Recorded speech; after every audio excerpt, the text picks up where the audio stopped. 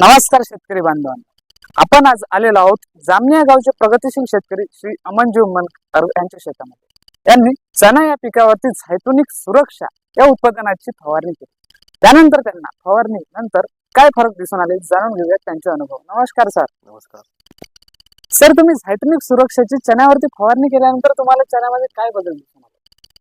चण्यात बदल बघा, आता ऍक्च्युली चण्यावर मर जास्त होतो हा.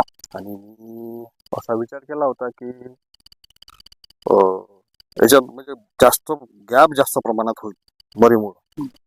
पण म्हटलं आता आपल्याजवळ झायडेक्सचं उत्पादन आहे, त्याची फवारणी करून बघावं। मग सुरक्षा घेतलं, सोबतच टीबीटी आणि सुडोमोनास आणि ट्रायकोडर्माचं ते कॉम्बिनेशन, त्याची फवारणी केली।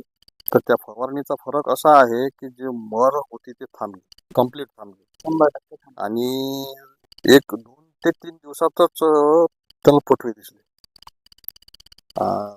बाकी तुम्ही फरक तर पाहतच आहात। नक्कीच, नक्कीच. आणि ब्रँचिंग पण भरपूर फुटवे, म्हणजे जे आपण खोडणी म्हणतो तो खोडण्याचा प्रकार काहीच करायची गरज नाही, एवढे फुटवे आहेत। हो सर, खोडणी केल्यानंतर जेवढे फुटवे येतात त्यापेक्षा जास्त फुटवे आपल्याला दिसून येत आहेत। हो. तसेच पानांचा साईज, हिरवेगारपणा आणि खूप पानाची चांगला साईज हे एक याच्यात विशेष आहे। पानाची साईज प्रकाश संश्लेषण क्रियेसाठी मोठी आहे। मोठी, खूप सर।